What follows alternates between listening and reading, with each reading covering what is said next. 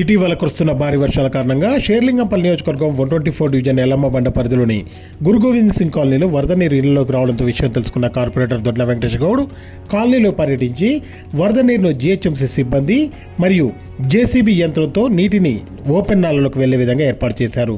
ఈ సందర్భంగా కార్పొరేటర్ మాట్లాడుతూ పెద్ద ఎత్తున కురుస్తున్న భారీ వర్షాల వల్ల నీరు ఇళ్లలోకి వస్తుందని, ప్రజలు ఆందోళన పడవలసిన అవసరం లేదన్నారు.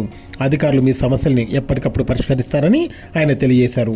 వర్షాకాలంలో వరదతో పాటు చేపలు, పాములు లాంటి విష సర్పాలు వస్తున్నాయని, దీనికి శాశ్వత పరిష్కారంగా వెనుక వైపు ఓపెన్ నాలా మరియు ప్రహరీ గోడ నిర్మించే విధంగా చర్యలు తీసుకుంటున్నామని ఆయన తెలియజేశారు. ఈ కార్యక్రమంలో కాంగ్రెస్ పార్టీ నాయకులు, జీహెచ్ఎంసీ అధికారులు తదితరులు పాల్గొన్నారు.